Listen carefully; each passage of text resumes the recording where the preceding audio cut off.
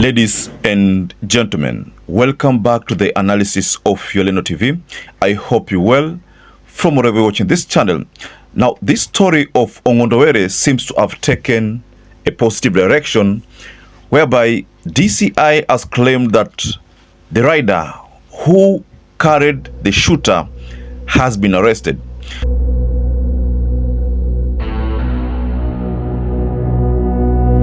So police say they have arrested the motorbike rider who was carrying Kasipul Member of Parliament, Charles ONGONDO.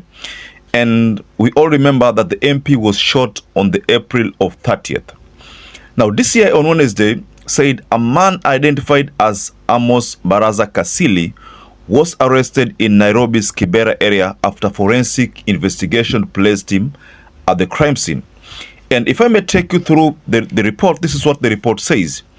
Baraza served as the rider of the motorcycle with the registration number KMZ 413W, which is a Bajaj Boxer, which the assailant used to trail the MP's vehicle and later as a getaway bike after the attack. So you remember that story where we were told that the rider had carried this shooter, and the shooter, after alighting from the rider's motorbike, went straight to ONGONDO's vehicle and unleashed 5 bullets. The vehicle had stopped at a red traffic light when a motorcycle carrying a rider and a pillion passenger pulled alongside. The pillion passenger approached the passenger side of the vehicle, fired multiple shots, and fled the scene on a motorcycle. So we were told that the suspect who unleashed the bullets was arrested. We had not been given details about the rider. Now, DCI has surfaced with a very explosive statement about the rider who has been arrested. So in this analysis, ladies and gentlemen, I want to take you through some details about these arrests of the rider and what the riders, and the implication of the rider in this murder probe. Now, before I do that, ladies and gentlemen, kindly like this video, subscribe to this channel if you're not subscribed before, and to our existing subscribers, I want to continue thanking you so much, because without you, this channel won't have grown. If I may take you further onto the statement by the DCI said, at the time of arresting Kasili, a habitual criminal who masquerades as a boda operator was found in possession of a motorcycle in question. So in short, this person who masquerades as a boda is a criminal.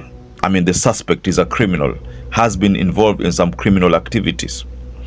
Well, again, it went further to say the suspect admitted his involvement in the crime, revealing that he had been engaged by the main actors and received payment of 50,000 as part of his compensation. Now, Kasili's motorbike, according to the DCI, matches the description of the bike that was seen trailing the slain Member of Parliament. Now, we remember when the police started talking about this incident, they talked about a targeted and premeditated kind of killing. And that's why the police have been very, very eager to get these people. So we have information that the rider has been arrested. Now, if you look at the number of people who have been arrested right now, as at the time the shooter was being arrested, the number had hit 11. Now we can speculate that the number is at 12, because now if you add one person, it makes it 12. Now, you know, there's been this habit, especially in Mombasa County, whereby riders they are being used, you know, bodas are being used by criminals to steal people's phones, to steal people's belongings using a motorbike. So maybe the suspected shooter could have utilized the services of a boda because he knew that with a boda you could actually penetrate regions, you know, areas, even remote areas, without being traced easily.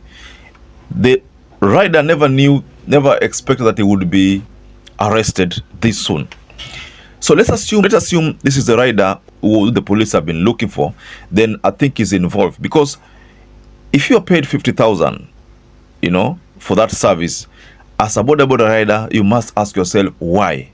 So I see the boda as being the suspect being very guilty here, but again, the DCI is still doing investigation, and again they will be presented in court, and the court will further these investigations in court, whereby witnesses will provide their statements, and the court will make a determination whether indeed they are guilty.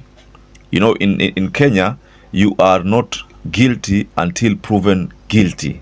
That's why you find that sometimes there are members of parliament with some criminal cases who still end up in elective positions despite the fact that they have cases. So even in this case, ladies and gentlemen, we can say that the criminal in question here is not guilty until proven guilty. But according to the DCI, this is the suspect they've been looking for. If I may take you back to the story about the shooter, and we shared that story in this analysis in this channel, ladies and gentlemen.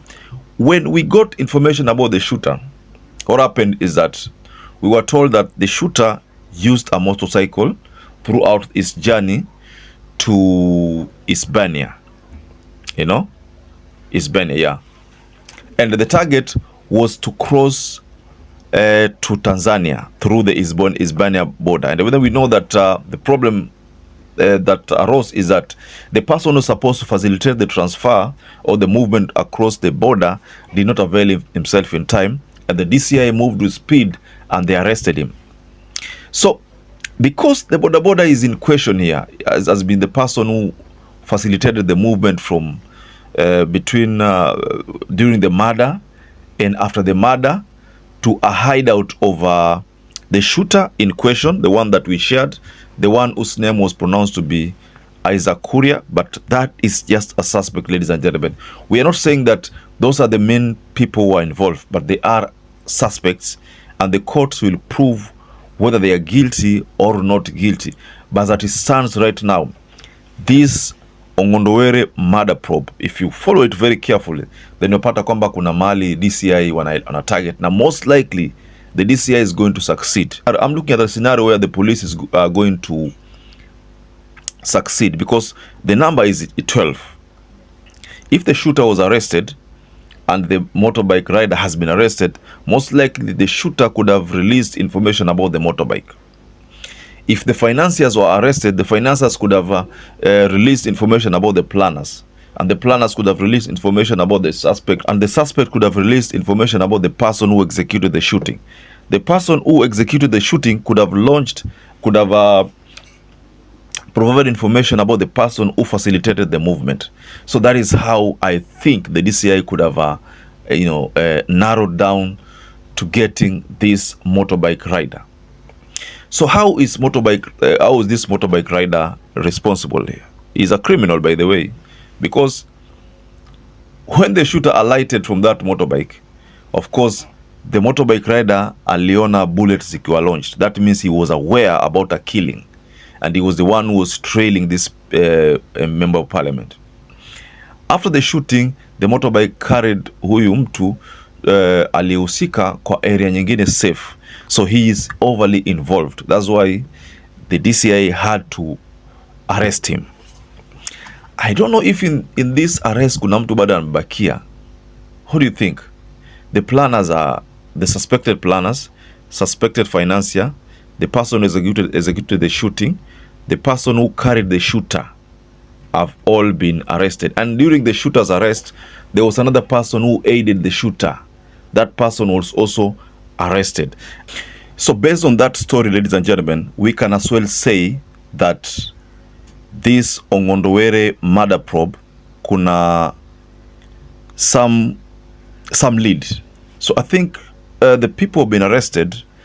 If they are well interrogated, then I think we have someone responsible for the shooting, someone responsible for the planning, someone responsible for financing, and someone who aided that shooting.